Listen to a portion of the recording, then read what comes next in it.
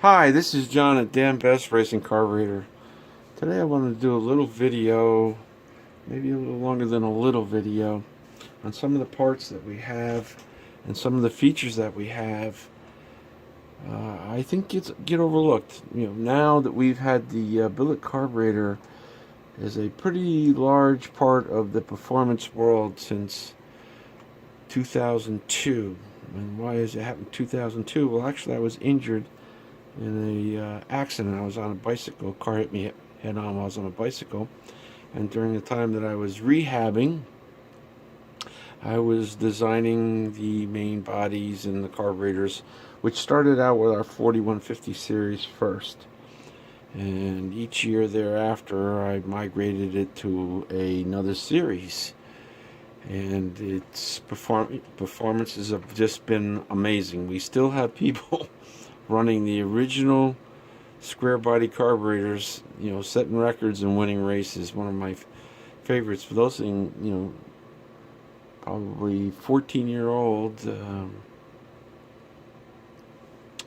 and Calvin Hill still runs them on his eye-altered automatic, setting records and winning races.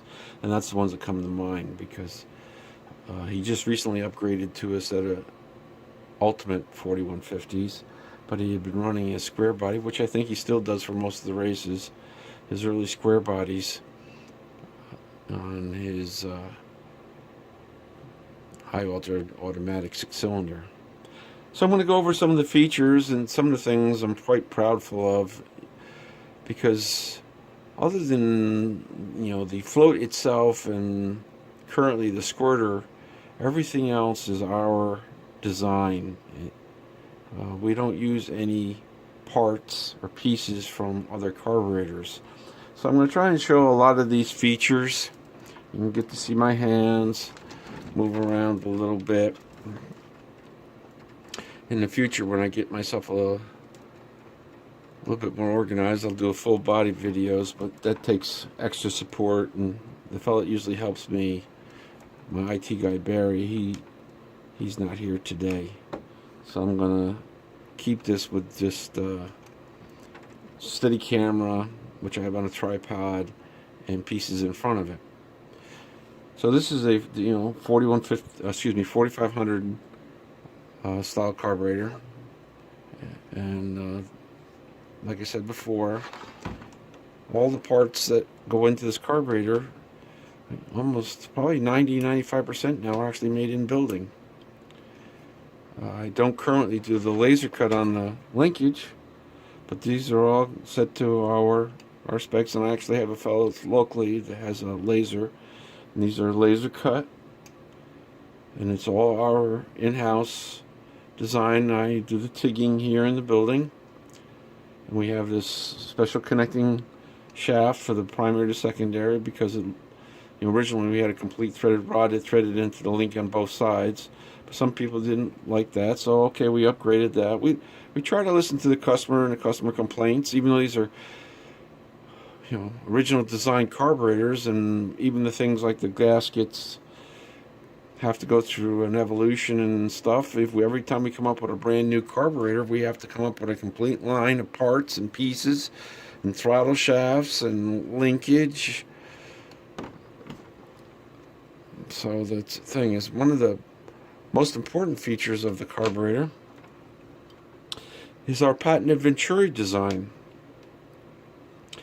where the Venturi is actually above the booster.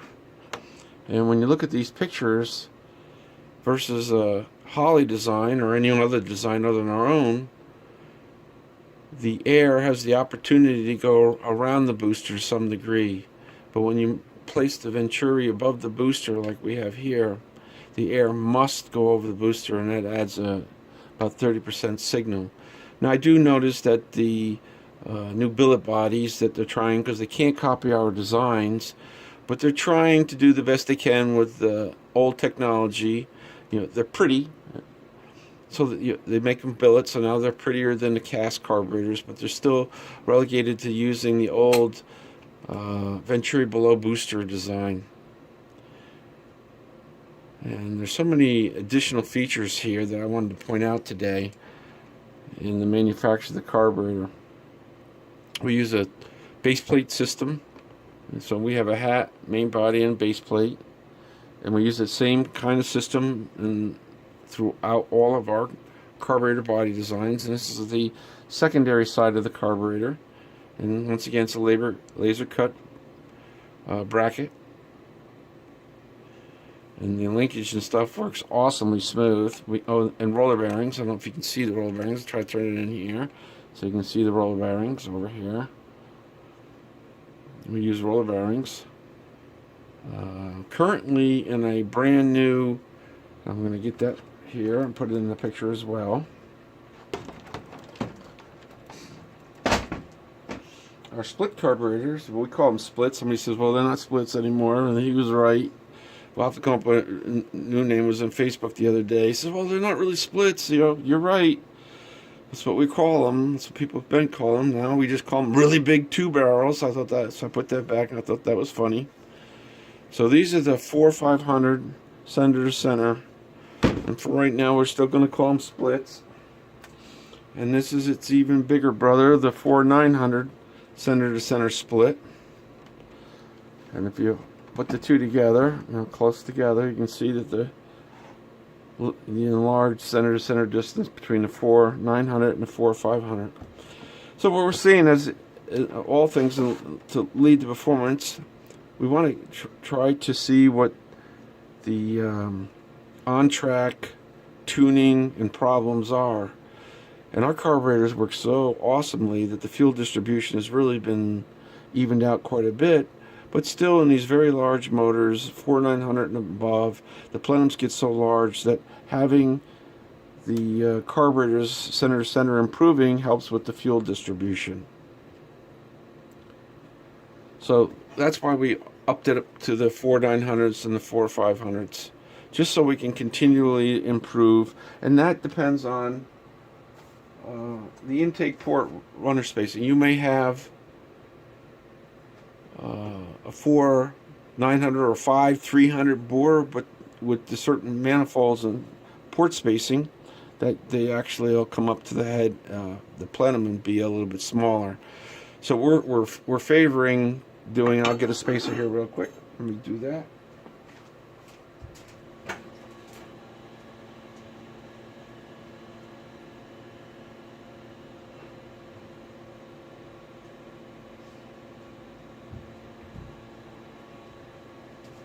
Now this is a 4-500 non-anodized spacer, but when you're looking at when we lay out the ports, and we have some pictures that are on our Facebooks, and I think they're also in the website, we're having it so that the outside edge, because the taper to the billet runners is such.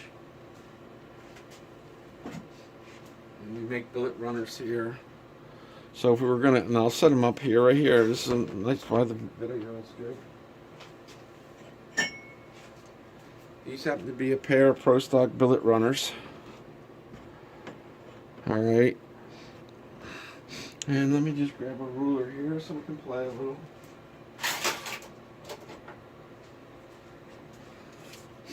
So if the runners are close, I'm just gonna make these using a ruler by eye. So that's 4-500 right there. Let me just see that again. Did I make that right? Here we go. 4-inch 500. Yep. So this would be the perfect match if you wanted the 4-500. But sometimes the runners will be a little bit closer, so that what we're looking at is the outer edge. I'll just set it right up there. The outer edge of the shear plate going to the outer edge of the runner, because a lot of times the plenums get bigger. So if you have ones where the runners are off a little bit and you want to know just how much range you can get to a 4-500 to try to fill in the corners in the plenum. And I'm just going to take a quick look. Obviously this is not something where the center to center on the runners is around 4-inch, just slightly above 4-inch, which some of the I forget what they're spread port are a little bit closer. They're not symmetrical, but the ports are a little bit closer, and you'll get those kinds of measurements in there. The other thing I want to spend a moment have you see is the shear plates, the different styles of shear plates that we offer. Here's a conventional shear, and you can see that we use a step shear. One of my patents is in fuel emulsion. I have 6 patents. I want to make sure people understand that our carburetors are separated by the technology that are in them. I've gone through the trouble to invest in patents to try to build a wall, a legal wall between what we're doing and the other people are doing. So they just can't keep telling you. I don't even know somebody else outside of one manufacturer building billet housings that use the old technology. And like I say, I don't know of anybody, but I can certainly be corrected. Then everybody else is reselling it. So a lot of those shiny housings you're seeing are all made by one person, and everybody else is repackaging them. Same thing that was happening with the Holley housings, the cast housings. Holley produced the housings, and everybody else did their little modification to it. So we wanted to separate ourselves from the entire bunch. So I designed my own parts. Patented the technology to separate what we're doing from the other people are doing, and to have some sort of legal basis for it. Here is what we use for cast manifolds. The outside perimeter here, so it goes on a cast manifold, 4500 style, and then open plenum. So we have a conventional plenum style shear plate, and we have for cast manifold shear plates, so you get the same performance advantages of a conventional shear plate. And like I say, this is the unanodized version for the 4500s. That's what this one is. And we try to make everything as light as possible. I'll just set that right there for a moment. So we take the little extra energy in machining it to take as much weight off of any of the parts we can. Let me turn around so you can see that. So when it goes on there, we've removed as much weight from the shear plate as possible. We've also changed the end I was just looking at as I was spinning it around here for the bracket, for the throttle bracket on the splits to come over and open full throttle here. So we changed the bolt spacing just a tiny bit so there would be no interference between the bolts and the throttle brackets.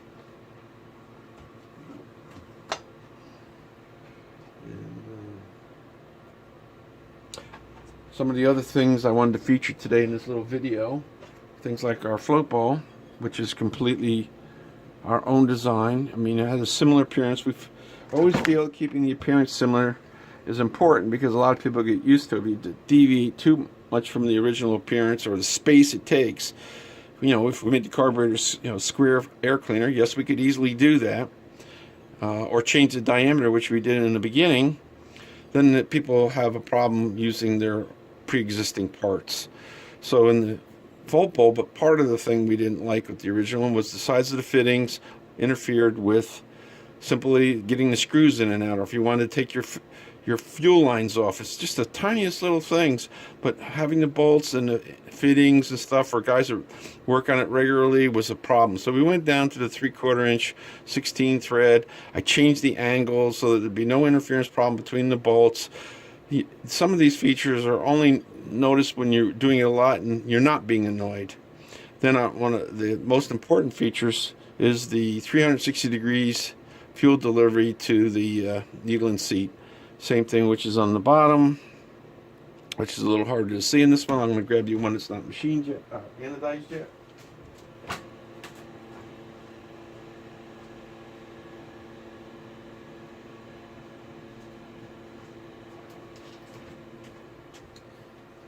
Here's one that's not anodized, so it makes it a little easier to see the inside.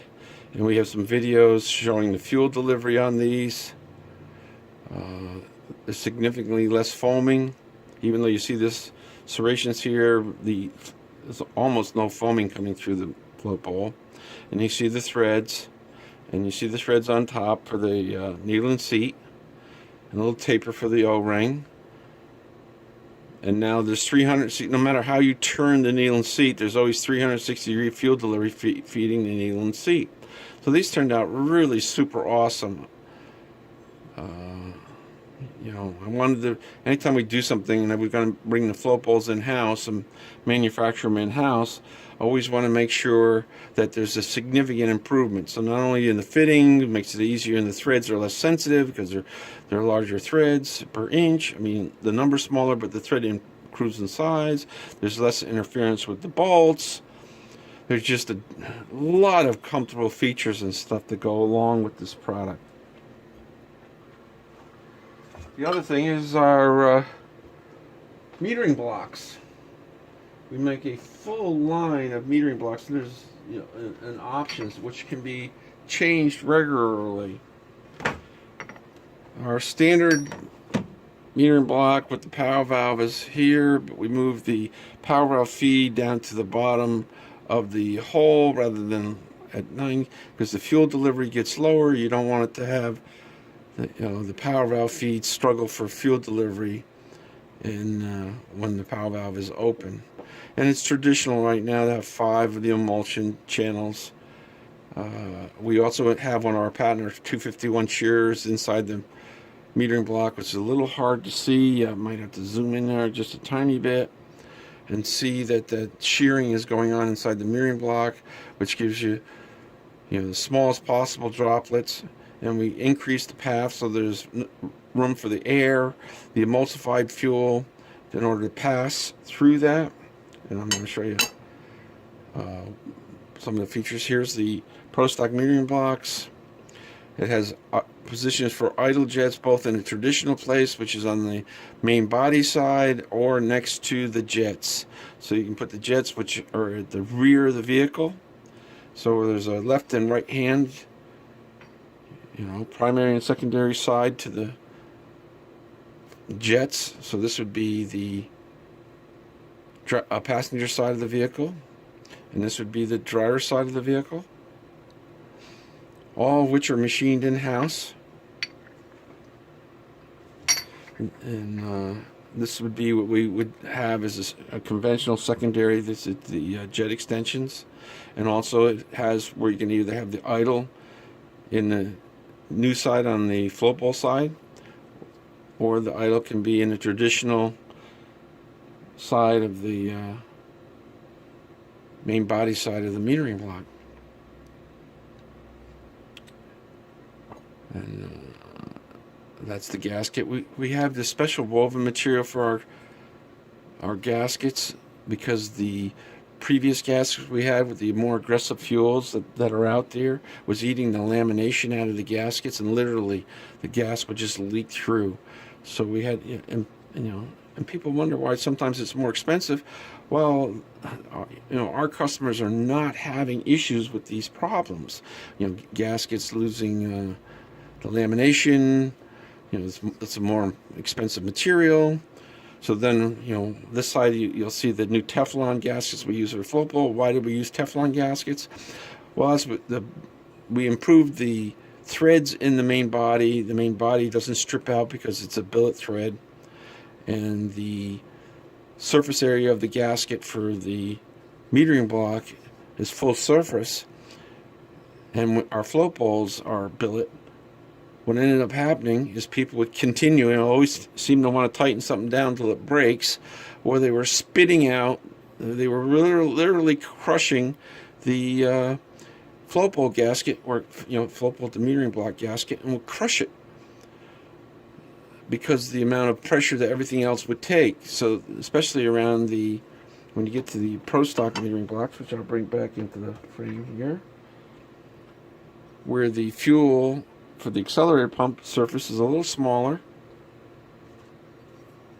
and they would spit that part of the gasket out. They would just keep crushing it and crushing it and crushing it until the gasket wouldn't survive in that area. So in order to make it so the customer didn't have to buy gaskets all the time and refresh it, we switched it over to make Teflon gaskets to go into that area, and they just work awesomely, because when you're looking at the surface of the float ball,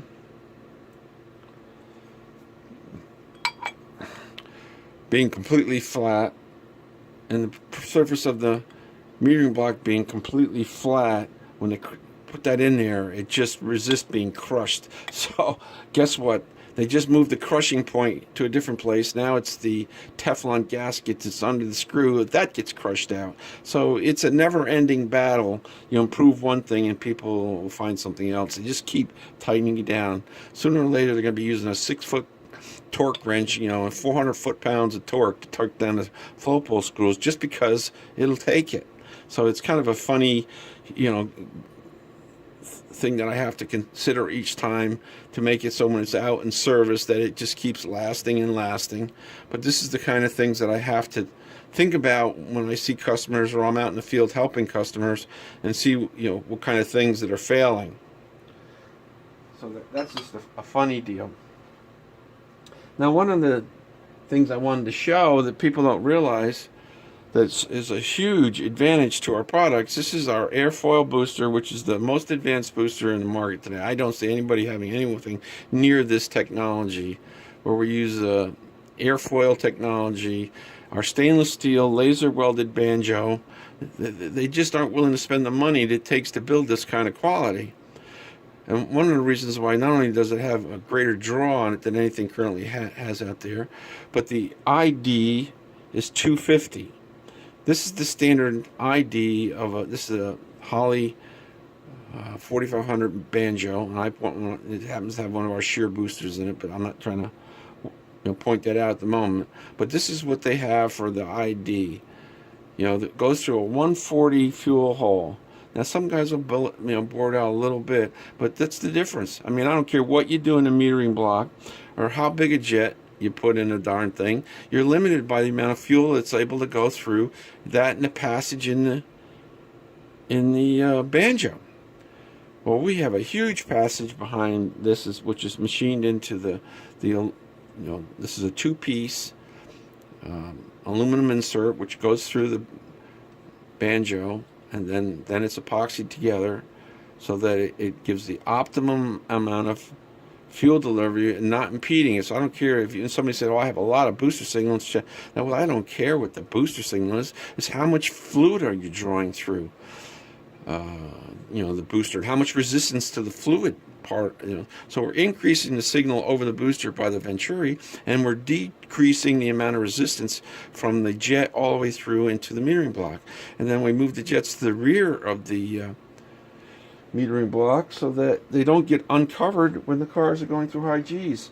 Well, that was a little problem in the beginning. We had some vehicles in Mountain Motor Pro Stock. There's one of our friend customers that had some of the original stuff, and we didn't realize it. At 3.5 G's, they would neutralize the floats. The floats became non-functional. It's just like having it like carburetor sitting on its side.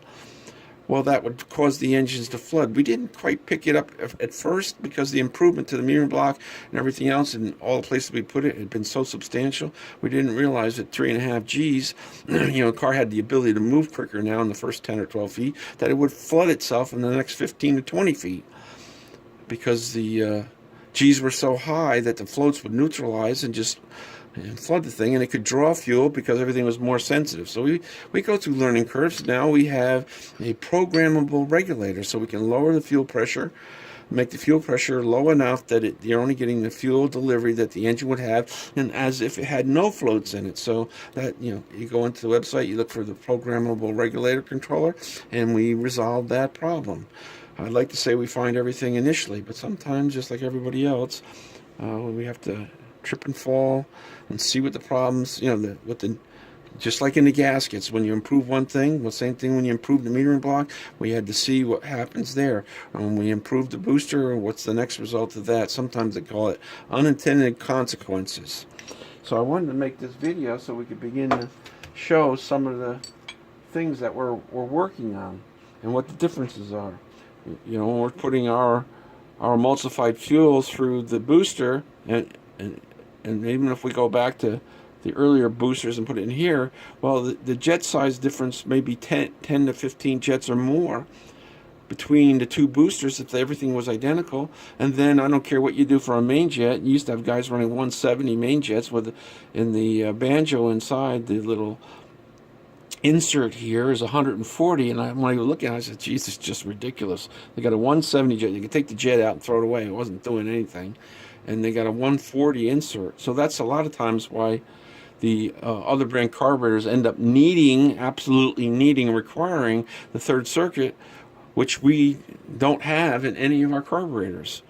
We have just recently changed and machined into some of the main bodies. Let me just see if I have one here.